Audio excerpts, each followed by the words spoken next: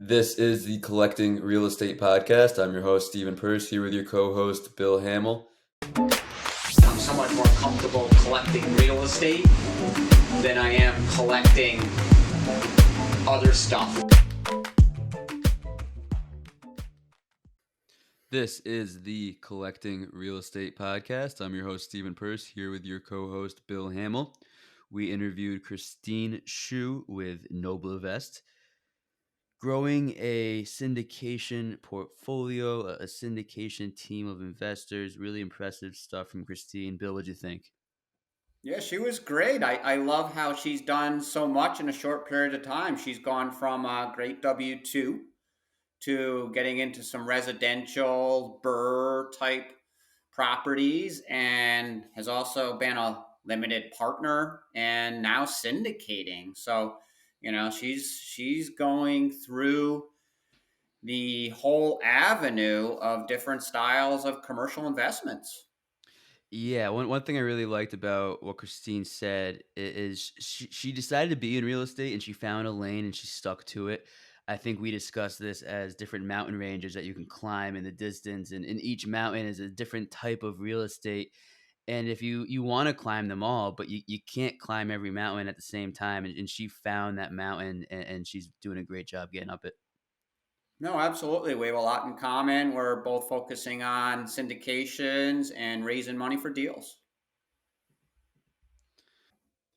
Christine Shu, thank you so much for being here this morning. Really excited for this interview. Always excited when we can have a fellow syndicator on the podcast. I want to get right into it, hear more about your real estate background. Absolutely. It's an honor to be on the show with you guys. So thank you so much for having me. A little bit about me. So I live in New York in Westchester County, about 40 minutes north of New York City. And how did I get into real estate? So pretty similar to a lot of people's stories, from W-2 job to real estate investing. I left my W-2 corporate job. I was working at a Fortune 500 consumer product goods company, um, with a background in food science and food technology. And after 13 years of that career, I left in 2020. I also have two very young children at home, and same story with probably a lot of moms and parents with the pandemic, just working from home and trying to balance life with work and kids, homeschooling, all of that. So I figured, that was a good time for me to transition and leave my job and just really focus on my kids, my family, and also real estate investing, just to replace my income and hopefully grow wealth for our family. So that's kind of how I got started. So that's a true entrepreneur right there. So a pandemic hits, you have a great W-2 job, you have a family, and you decide to make the leap from your W-2 into real estate investing. That's amazing. Talk about the beauty of the unknown. Tell us how your real estate investment business started. What type of properties did you invest in? Yes. So even when I was still working, I knew I was going to make that transition, and I started researching. And I think real estate investing, that world is huge. There's so many different niches and strategies that you can get into. And I felt like I was just standing in front of this big mountain, or actually a mountain range. And I'm just like, well, which mountain am I going to climb first, kind of thing. So at that time, I focused and narrowed in on the BRRRR strategy, which stands for uh, buy, rehab, rent, refinance, and repeat. And I just felt like that was a really great scalable approach to real estate investing. So when I left my job, that's what I started with. Actually, backing up a little bit before that, I knew there were some risks involved, and I was a newbie. So I met with my husband. We sat down, we looked at our finances, we audited, our budgets and all of that, and said, is this something that we can do going from two incomes to one? And we also took some sacrifices. We sold our primary home. We had some equity in it, and we sold it. We then purchased a two-family and started house hacking. So that was kind of a way for us to mitigate some of the risks because we lived in a high cost of living area in New York, and we knew that going from two to one income is going to be tough. And if this real estate thing doesn't work out, like how would we sustain ourselves? So we made that sacrifice for a family. We moved from single family to duplex, house hacked, and then with the equity that we had from our home sale, we also purchased four properties, and it wasn't all at once. I purchased my first first strategy property in October of 2020, and then worked on that. That was an interesting project. Actually, it didn't go as well as I would have liked. And then later, after in 2021 June, purchased a portfolio of three properties to also do the BRRRR strategy on. So that was kind of my start. And alongside of that, I had my eye on multifamily and syndications too. It was just too big of a mountain for me, especially as a newbie. I didn't know anything. I wanted to learn the foundations, so work with smaller properties and single families first, and then transition to multifamily. But at the same time, in parallel, we also, my husband and I, invested into a few syndications as a limited partner, so that I could also learn that business while I was doing the active side. A lot to unpack here. I like that mountain range analogy. That's a good one. I hadn't heard that before because there are so many different paths you can take, and they're a little intimidating because they're tall mountains. But at the same time, they're kind of beautiful out there in the distance. Like, oh, I would love to get up there someday. So I think that's a great analogy. And it sounds like you're doing everything the right way. You're house hacking. You're starting with BRRRRs. You're investing on both sides of syndications. You're following the textbook 100%. Taking it a step back further, was there a light bulb going off moment where you found out about real estate? What inspired you to get started with real estate in the first place? That's a really good question. It's funny because I've always loved real estate, and I just didn't know anything about investing. I purchased my first home for myself in 2010. Um, I was 21 years old, had my first job out of school. I was actually living in Rochester, New York, which is really far away from where my parents and where I grew up. I grew up in Florida. So that was my first job. And at that time, I wasn't making very much in my first, W-2 job, and had a hard time affording even paying rent. So my parents said, hey, why don't you just buy a place? Like, we'll help you with the down payment. And it wasn't that expensive to buy, a home in Rochester. So I was like, okay, that makes sense. And then also at that time, the Obama administration was giving out the new home buyers credit. I think that was like $8,000. So it was another advantage to purchase a home for myself. So that was such a fun experience. I was 21, really young, and I was like, oh, this is so cool. Like, I love the process of even buying a home. So I bought a condo for myself, and really like reduced my cost of living then, just being on a low paycheck. And it's funny, after that, I just started buying properties for myself to live in. It was more affordable to me at the end of the day.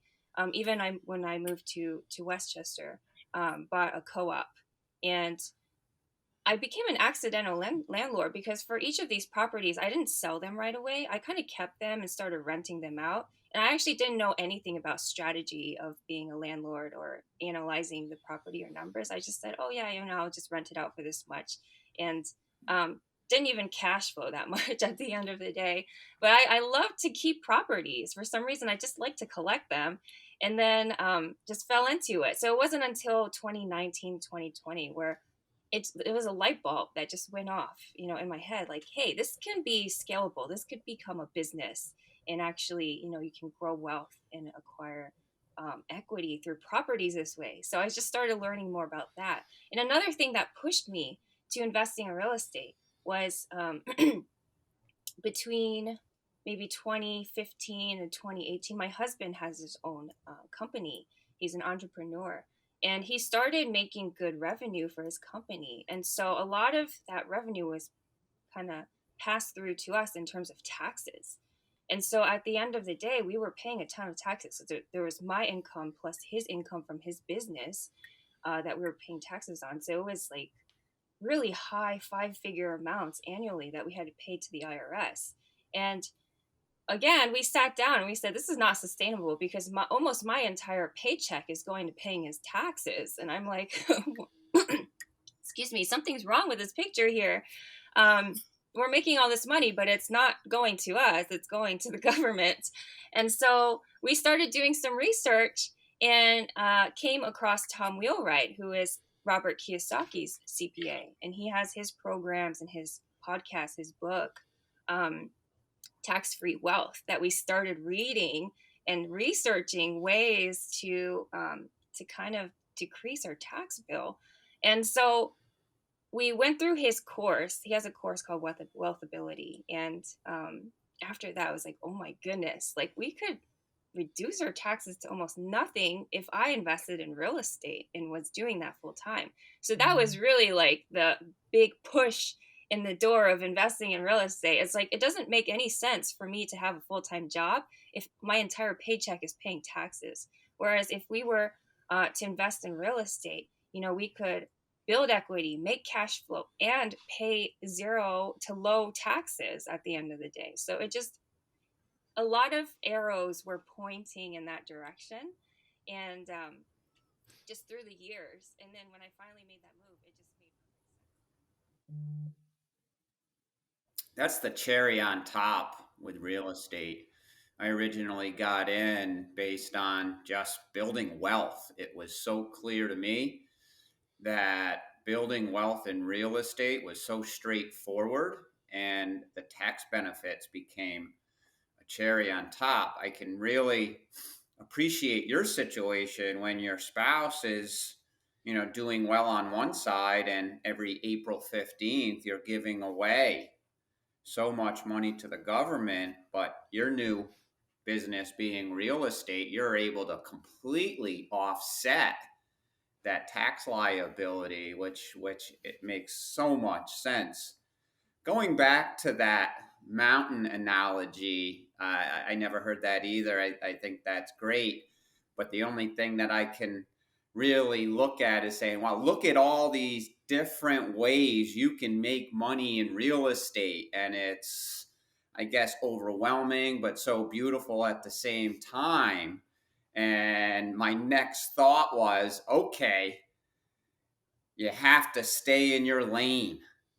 Otherwise, you have that diluted focus equals diluted results. At this point in time, what is your, I know you've done small properties, you're an LP on properties. What is your lane right now? My lane now is being an active syndicator in apartment syndications. So multifamily specifically, but we're also, I know you mentioned staying in the lane, we're also looking to diversify just given the market conditions for multifamily. But yeah, being an active participant and a general partner in the syndication space is where I've now transitioned into, because I felt like it was time. It just, I did my practice run with the smaller properties. I wanted to adopt those same foundations that I learned in the past couple years now into the larger, more scalable um, types of properties and commercial real estate. I love it. Let's get into some more specifics. Like, tell us about some deals that you've done, maybe where they are, what some of the metrics look like.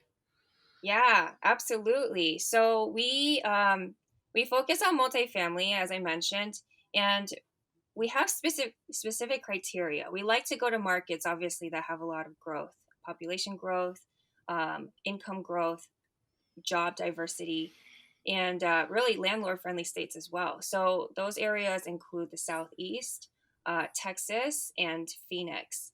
So those are kind of our primary target markets at the moment that we're looking at. And in terms of returns, we like to promise, or not promise, we can't always promise things, but we're targeting the 15% IRR or better, hopefully in the 17 to 20% range. And in terms of returns, like a lot of our investors right now, they may not have invested in syndications before. So we really just want to say, hey, we can offer you opportunities to double your money in maybe 3 to 5 years. So really just, I think, shortening and summarizing that, double your money in 3 to 5 years, it just helps people understand a little bit better, especially if they don't know the ins and outs and all the underwriting that comes with investing in multifamily syndications.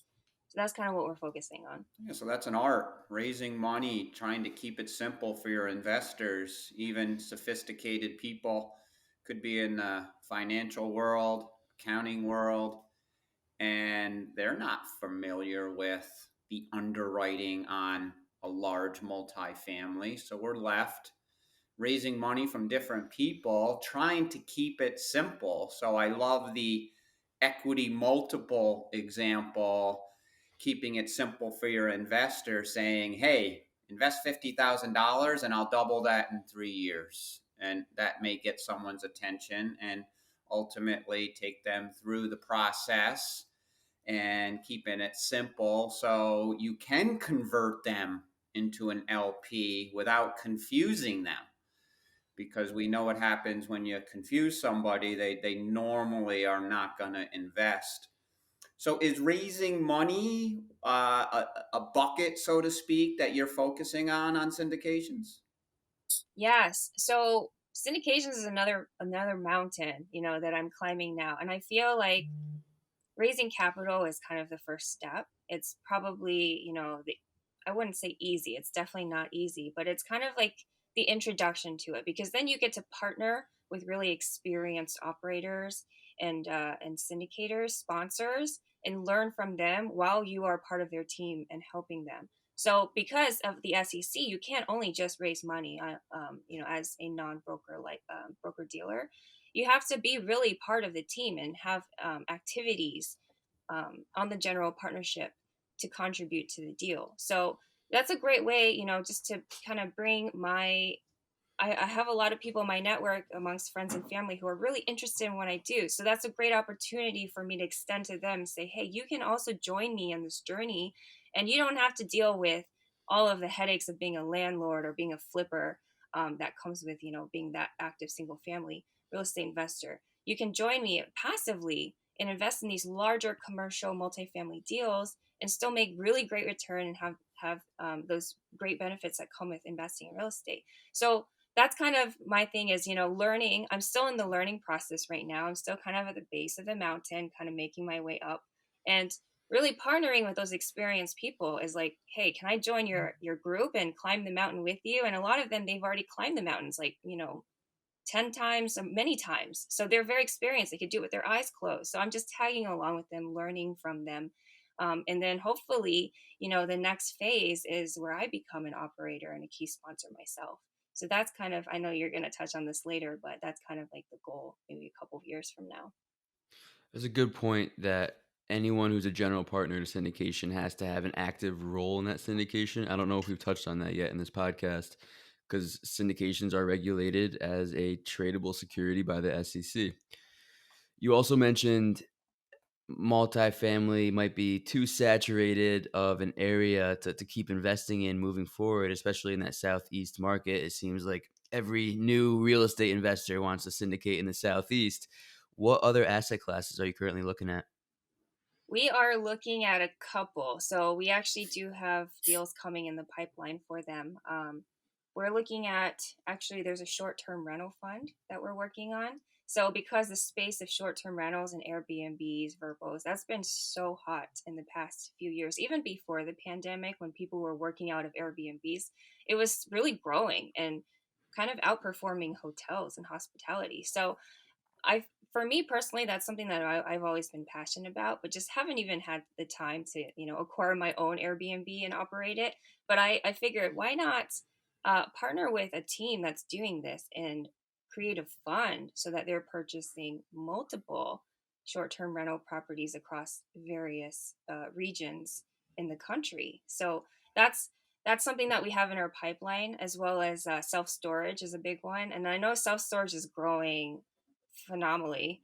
Very similar track as multifamily, I feel like, but that's definitely something we're looking at and diversifying into as well.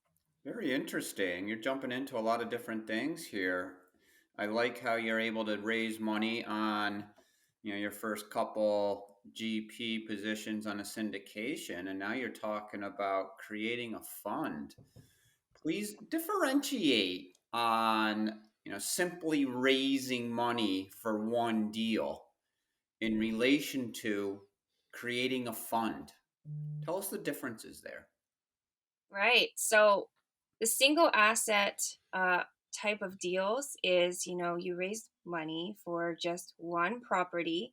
Everyone knows exactly which property that is, and it's very clearly communicated. The PPMs, everything, the financials all written to that one property.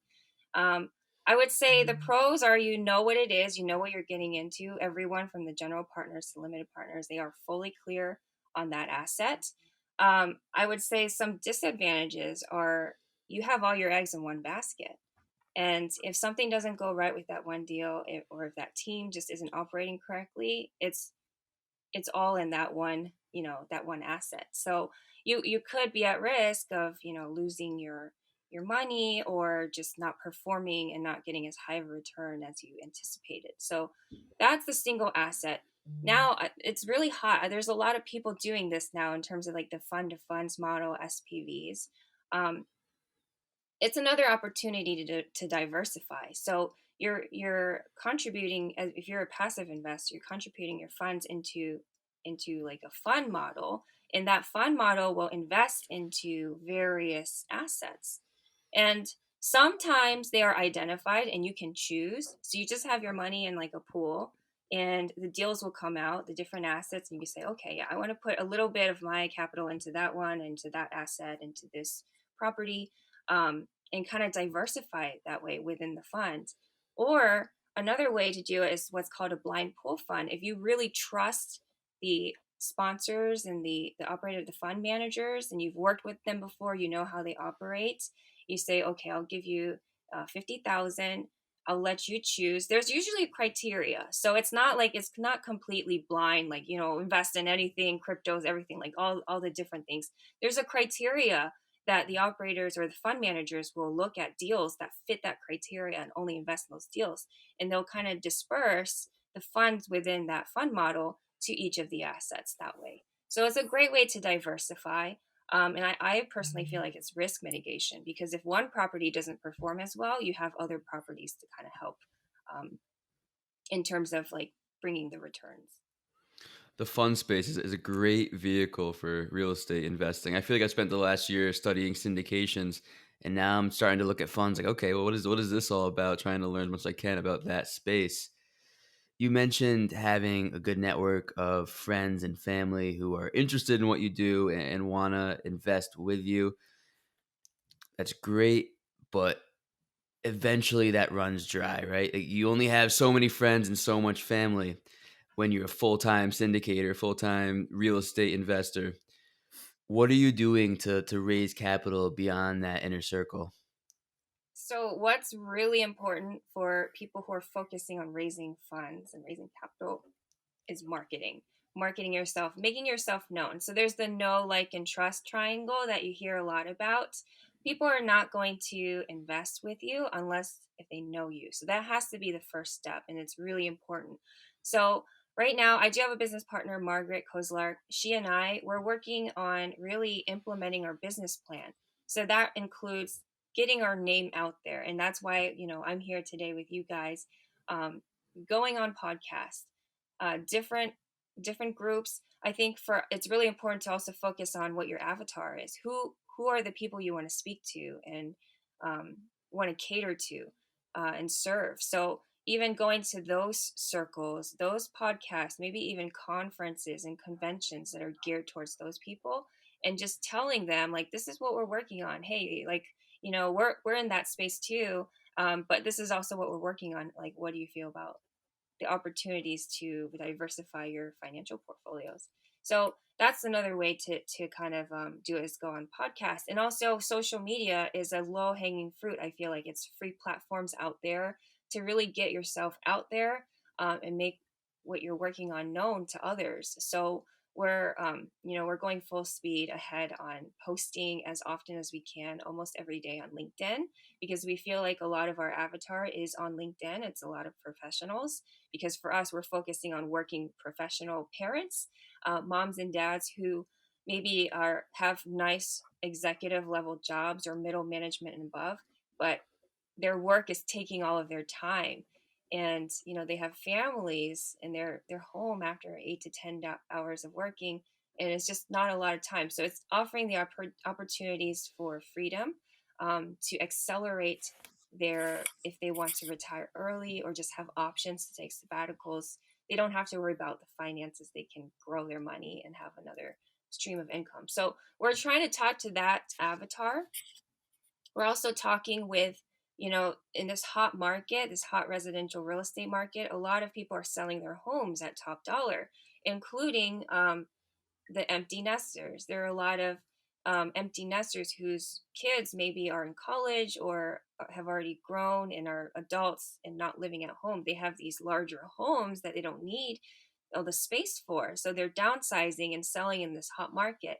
And because of that, they have a bit of capital, and just extending the opportunity to them, say, hey, you've got this extra money from your home sale, why not invest that so that it could contribute to your retirement? You can retire earlier if you wanted to, um, and reach out to those kinds of people. So we're looking at different channels to reach out to people in those avatar spaces, and yeah, just get our word out to them, and just building relationships. It's a very much so relationship business both ways, to the investors and also people active in the industry. So really establishing those relationships, and serving them and as best as we can. We always approach the conversation as, we're here to help you. We're here to extend opportunities to you. If there's anything that we can do to bring value to you, that's kind of how the relationship goes. With all that said, I know one thing that we always have to consider, we never know what that next deal looks like. So the next deal comes around, we're going to syndicate it. At that point, it's okay, who are our limited partners? Who is our avatar? Are we going after accredited or non-accredited investors? What does that look like to you? Are you leaning towards one or the other, no matter what investment you're looking at, or are you looking at one or the other based on the fund that you're trying to create? Is there a blend with what you're looking to do? What does that look like? We are looking at both opportunities because as we've been building our investor list, we have been coming across both accredited and sophisticated investors. There are quite a few people who, who have experience in investing and may, like myself, be kind of a new investor, and just want to get in the space and want to learn passively on investing into syndications. So we're taking all of that in account. Really, our goal is to serve our investors. So we're strategically looking for deals that are fitting to what their needs are and what they're looking for. And so because we do have a little bit of people who are sophisticated, and really just want to get in the space, we're actively searching for those deals for them. We also have accredited deals too. And I would say about 70% of our investor list are accredited investors. And so we have those deals also available to them. And that's across the different asset classes that I mentioned earlier as well. I like how you mentioned finding what they want to invest in, because every investor has different criteria what they're interested. Some might want to invest in the South, some might want to only invest in Westchester because that's where they live and that's what they want to put their money towards. So you have to get that triangle of know, like, and trust, introduce yourself, get that trust, and then figure out what they want and cater towards that. Every deal, there's two parts to it. There's the deal, and then there's the raising capital. I think we touched on how you raise the capital and what that looks like. What about the deal finding? Is that something that you're actively searching for deals, or your partner, or are you looking for the current people that are out there cold calling and trying to team up with them? When I started transitioning into multifamily, I was doing everything. Um, Trying to create broker connections, trying to do the off market cold calling and all that stuff. And it was not working out. I spent maybe 2 or 3 months trying, and it's a lot of work. I feel like the acquisitions part is a full time job in itself. So I actually abandoned that ship and said, I'm just going to focus on that, on raising, um, and just go 100% on that. Because if I am to do too much at once, it's like, I'm the master of none. I just want to pick one and get really good at it. In terms of acquisitions, we're leveraging our partners. So the larger sponsored teams, they have really great acquisitions people who are so established. They have solid broker relationships already. So it's just like, why not leverage someone who has the experience, already has the systems built out, as opposed to starting from scratch. So I would say for us at No Leave Less, we don't have acquisitions quite yet. Not to say we're not going to do that in the future when we're operating and syndicating our own deals.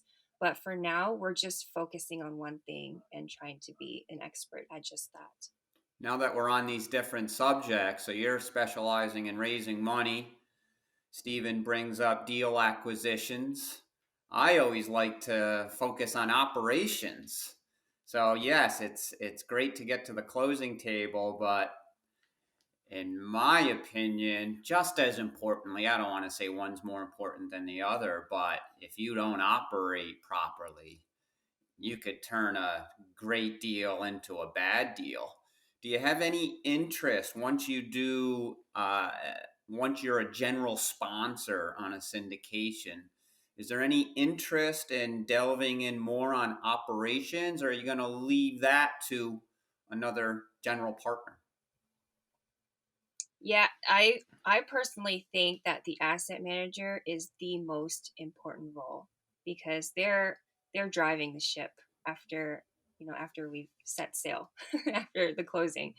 And it's really up to them to make sure that everything is operating as planned, as projected in the underwriting, and just keeping on tabs on everyone too. There's a project management aspect to it where they're managing the property managers as well as the contractors.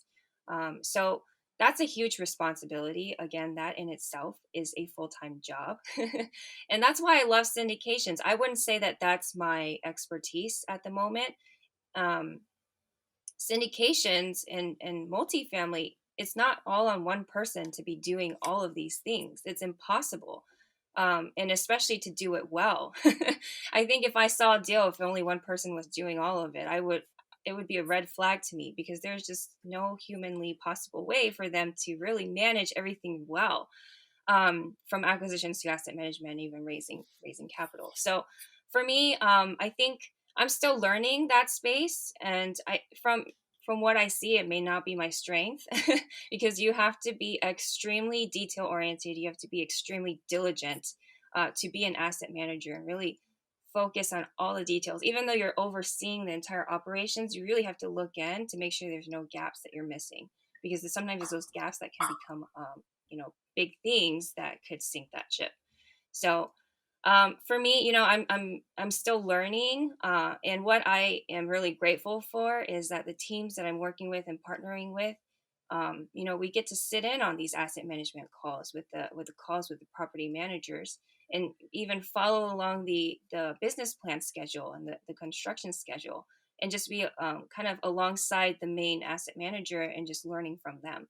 So for me, I can't say for as of now like that's what I want to do per se, but I'm learning, and we'll see, if that's something that that I'll focus on in the future. But that's right now it's just kind of seeing how the big guys do it, and how they do it well. So it comes back once again, Stephen, the relationships. So we certainly understand that complementary team who can make a syndicated deal operate properly. So Every episode is relationships and mindset. I think that could just be the title of the podcast. that's it. That's it. So you have your team, and your asset manager is left making sure or doing their best to hit those projections. So you need to know, like, and trust your team member on that side of the deal because you're raising money and you had people invest in those projections. So you're depending on that asset manager to manage properly so your investors are satisfied, and you can kind of see that chemistry that is necessary for this to work properly, because these are all assumptions and projections, and your investors are expecting those returns. I appreciate that part of it. This is the collecting real estate show, so they say that you have to have three of something to make a collection. So we've got three questions for you. In 5 words or less, what's impactful for you in your real estate business? What is impactful for me in my real estate business? Um, I would say just being persistent on the adventurous journey that real estate is. That's actually more than five. I'm sorry. No, it's challenging. It's challenging. No, I love that answer. I love that answer. Number two, give us your 1 year personal goal or goals. So I have my personal goals and then I have my business goals. Let's hear them both. Did you Let's want hear them to both. both? Sure. Okay. Sure. Personal goals is definitely a lot around mindset, as you've mentioned, because in this business, we're all entrepreneurs, right?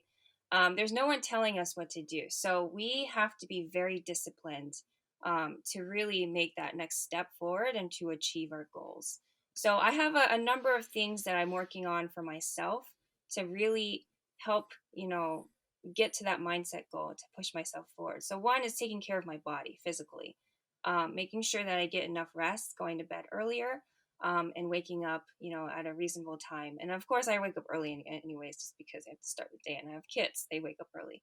But um, getting enough rest, drinking enough water, and getting in enough exercise. So exercise is always tough because my day gets ahead of me. And by the time I know it, it's like 10 p.m. And it's like, oh, then I have to exercise. So I set a goal for myself to, we have a Peloton, which is awesome. It's an easy way to really get some physical activity in. So ride the Peloton 3 times a week at a minimum, if not like 4 or 5.